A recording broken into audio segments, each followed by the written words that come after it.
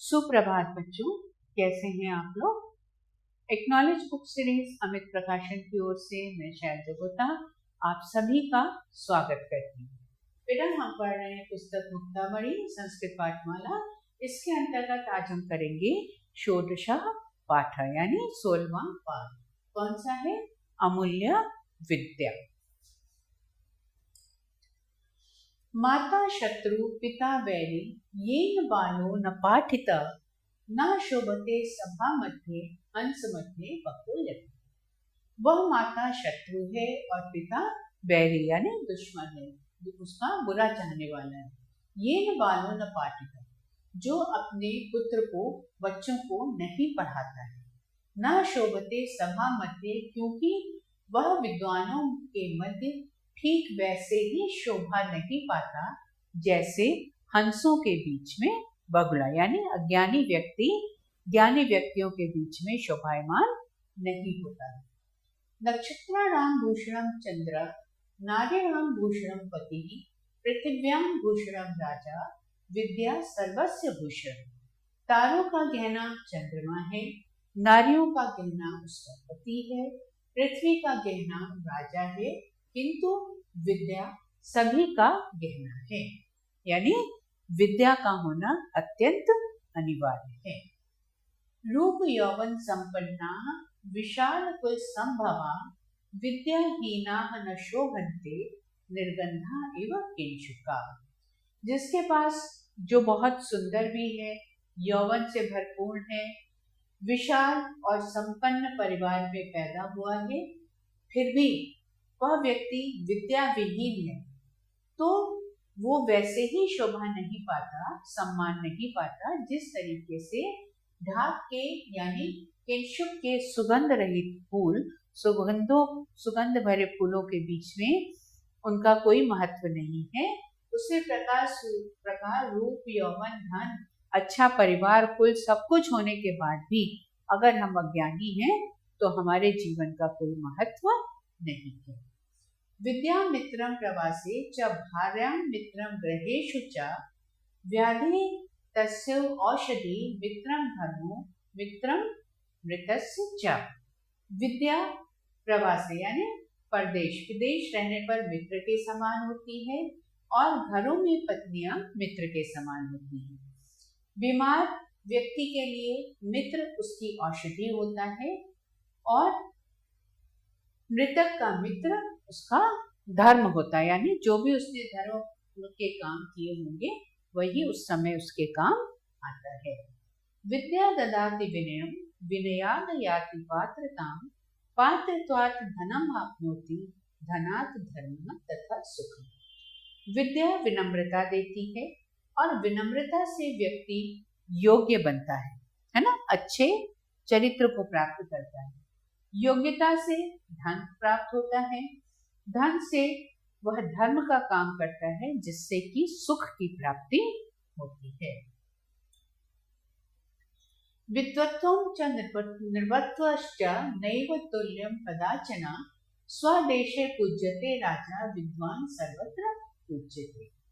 पांडित्य और राजत्व कभी इन दोनों की तुलना नहीं हो सकती, यानी जो बहुत विद्वान है और जो राजा है, इन दोनों की तुलना कभी भी नहीं हो सकती। स्वदेशे पूज्यते राजा, क्यों? क्योंकि राजा सिर्फ अपने देश में पूजित होता है, राजा का सम्मान केवल अपने देश में होता है, किंतु विद्वान व्यक्ति सभी जगह पूजित होता है, सभी जगह उसकी पूजा होती है। अपूर्वा को अपि कोशो अयम विद्यते तब भारती वैदो वृद्धिम आयाति क्षयम आयाति संचयात्। ये जो माँ सरस्वती का खजाना है वो बहुत ही अद्भुत है, क्योंकि यह ज्ञान स्वरूप भंडार जो है वो बहुत अद्भुत है, क्योंकि इसको हम जितना ही खर्च करेंगे उतना ही ये बढ़ता है, और अगर हम इसको अपने पास रखते हैं, किसी और को अपना ज्ञान देने की कोशिश नहीं करते, तो वह एक दिन नष्ट हो जाता है। किस प्रकार? जब मनुष्य का देह नष्ट हो जाता है तो उसका ज्ञान भी उसके साथ व्यर्थ चला जाता है। न चौर्हार्यम न च राजहार्यम न भ्रातृभ्राज्यम न च भारिकारी व्यय कृते वर्धते एव नित्यम विद्याधनम सर्वधनम प्रधानम। विद्या धन तो ऐसा है, ना तो इसको चोर चुरा सकता है, न राजा के द्वारा इसको भरा जा सकता है, न भाइयों के बीच में बांटा जा सकता है, और न ही ये किसी का बोझ बढ़ाने वाला है। वे कृत्य वर्धते, हम इसको जितना ही खर्च करेंगे प्रतिदिन वो उतना ही बढ़ता जाएगा। इसलिए विद्या रूपी धन सभी धनों में श्रेष्ठ है। येषां न विद्या न तपो न दानम ज्ञानं न शीलं न गुणो न धर्म ते मृत्यु लोके भुवि भारभूता मनुष्य रूपेण मृगाः चरन्ति। जिनके पास विद्या नहीं है, न तप है, न दान करने के लिए चीज है कुछ, न ज्ञान है, न अच्छा आचरण है, न गुण है और न धर्म है, ऐसे लोग इस मृत्यु लोक पर भार के समान है, जो मनुष्य के रूप में होते हुए भी पशुओं के भांति विचरण कर रहे हैं, घूम रहे हैं। यानी जिस प्रकार पशुओं का कोई महत्व नहीं है, कोई उनका जिसको कहना चाहिए लक्ष्य नहीं है, उसी प्रकार से विद्याहीन मनुष्यों का भी कोई लक्ष्य नहीं होता है। शब्दार्थ करें, पाठिता पढ़ाया, हंसः एक पक्षी, बको बगुला, नक्षत्राणाम तारोका, भूषणम आभूषण, चंद्रः चंद्रमा, पति स्वामी या मालिक, राजा भूपति, विशाल कुल संयुक्त परिवार, विद्याहीना विद्या से ही, निर्गंधा गंध से रहित, विद्या ज्ञान प्रवासे दूर स्थित ठहरने के स्थान में, भार्या पत्नी, मित्रं सहयोगी, व्याधि बीमारी, औषधि दवाई, विनय विनम्रता, पात्रताम पात्रता एबिलिटी गुण, सुखम खुशी, विद्वत्वम पांडित्य या विद्वता, नृपत्वम राजापन धनवान, तुल्यम समानता, स्वदेशे अपने देश में, विद्वान बुद्धिमान, सर्वत्र सभी जगह। प्रश्नोत्तर करें बच्चों। ये भूवि भारभूता येषां न विद्या न तपो न दानम ज्ञानं न शीलं न गुणो न धर्म ते भूवि भारभूता। यस बेटा, भारते कोशा कथम अपूर्व अस्ति, भारते कोशा विद्यते तब भारती व्ययतो वृद्धिमायाति, यानी विद्या धना अपूर्व अस्ति। विद्या कुत्र मित्रमिव, विद्या प्रवासो मित्रम एव। विद्याहीना कथम न शोभते, एक आंसर तो ये भी हो सकता है कि विद्याहीना सभा मध्ये न शोभन्ते, और दूसरा विद्याहीना न शोभन्ते निर्गंधा एवं किंचुका। सर्वस्य भूषणं किं, सर्वस्य भूषणं विद्या। कथम माता शत्रु पिता च वैरी, ये बालो न पाठिता, तो माता शत्रु पिता वैरी येन बालो न पाठिता। श्लोक पूरे करें। ते मृत्यु लोके भुवि भारभूता मनुष्य रूपेण मृगः चरन्ति, विद्या धनम सर्वधनम प्रधानम, न शोभते सभा मध्ये हंस मध्ये बको यथा, विद्याहीना न शोभन्ते निर्गंधा एव किंचुका। नक्षत्राणाम भूषणम चंद्रम, नारीणाम भूषणम पति। सही पद पर सही का निशान लगाना है। वर्धते आत्मनेपदी।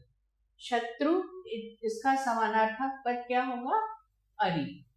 भार्या इत्यस्मै पदाय उच्चतम पदम, क्या होगा, भर्ता।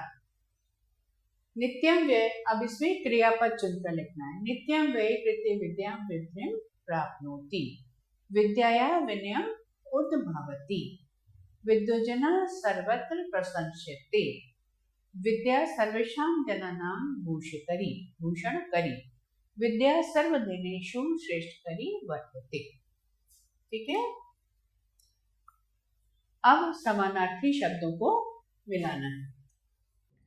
बालो बालका, भार्या सहधर्मिणी, मित्रं सखा, नक्षत्राणां खपिंडानां, भारती सरस्वती और चंद्र इंदु।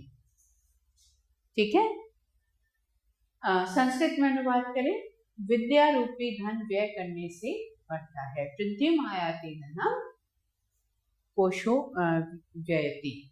विद्याहीन इस संसार पर पशुवत विचरण करते हैं। विद्याहीना पशु मृगाश चरंती। तारों का गहना चंद्रमा है। नक्षत्राणाम भूषणम चंद्र। मृत व्यक्ति का मित्र धर्म होता है। मृताय व्यक्ति जनाः मित्रम धर्मः भवति। विद्याहीन विद्वानों की सभा में शोभित नहीं देते। विद्याहीना न शोभते सभा मध्य। विलोम शब्द करें बेटा। वृद्धिम क्षति, मित्रम शत्रु या अरे भी लिख सकते हैं इसका। हाँ, विशाल तुच्छम, भुवि आकाशम, नित्यम अनित्यम, स्वदेशे परदेशे, धर्म अधर्म, सुखम दुखम, विद्वान मूढ़। अब इन पदों की कौन सी विभक्ति है ये बताना है। पात्रत्वात् पंचमी, नारीणाम षष्ठी, स्वदेशे सप्तमी, विद्यायै चतुर्थी, धनम प्रथमा, विद्याहीना प्रथमा। तो आज के लिए बच्चों बस इतना ही। अगले पाठ के साथ आपसे पुनः मुलाकात होगी। तब तक के लिए नमो नमः।